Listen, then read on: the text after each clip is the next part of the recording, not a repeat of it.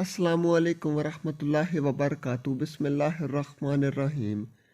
ٹیپو سلطان شہید کو جب قبر میں اتارا جا رہا تھا، ایک روایت کے مطابق جب قاضی عمر نماز جنازہ پڑھا رہے تھے تو ایک عجیب واقعہ پیش آیا۔ اسے سلطان کی اللہ کے ہاں قبولیت اور کرامت ہی سے تعبیر کیا جا سکتا ہے۔ ہوا یوں کہ سخت گرمی کا موسم ہونے کے باوجود فضا میں ایسی بجلیاں کڑک رہی تھیں کہ معلوم ہوتا تھا کہ آسمان ٹوٹ کر زمین پر گرنے والا ہے۔ گرج کڑک اور بجلی کی چمک کے بعد اچانک بارشیں بھی ہونے لگیں۔ ادھر انگریز سپاہی سلطان کو آخری اسلامی دینے کے لیے اپنی بندوقوں سے ہواؤں میں فائر کر رہے تھے، لیکن آسمانی کڑک کے سامنے۔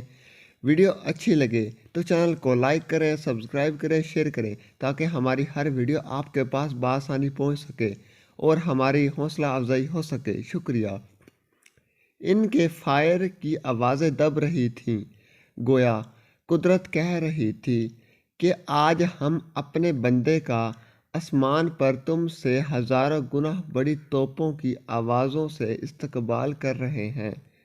بارش کا موسم نہیں تھا، لیکن آسمان پھر بھی بارش برسا رہا تھا، گویا وہ بھی آنسو بہا کر زمین والوں کے غم میں شامل ہو گیا تھا۔ اسی طرح ممبئی میں اسی رات انگریز فوج کے کیمپ پر بجلی گری تو اس سے 2 انگریز سپاہی ہلاک اور کئی زخمی ہو گئے۔ گھروں میں بند لوگوں پر بھی لرزہ طاری ہو گیا۔ بادلوں کی خوفناک آوازوں سے کانوں کے پردے پھٹنے لگے۔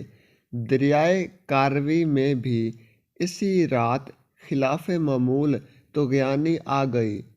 سرنگا پٹم میں رہنے والے بوڑھوں کا کہنا تھا کہ دریائے کاروی میں اس طرح کی طغیانی انہوں نے پہلے کبھی نہیں دیکھی تھی۔ اسلام کا یہ فرزند غروب آفتاب سے پہلے منو مٹی کے نیچے جنت کے باغوں میں پہنچ گیا اور دنیاوی تھکاوٹ سے فارغ ہو کر ہمیشہ کی راحت پا گیا۔ ویڈیو اچھی لگے تو چینل کو لائک کریں، سبسکرائب کریں، شیئر کریں تاکہ ہماری ہر ویڈیو آپ کے پاس بآسانی پہنچ سکے اور ہماری حوصلہ افزائی ہو سکے۔ شکریہ۔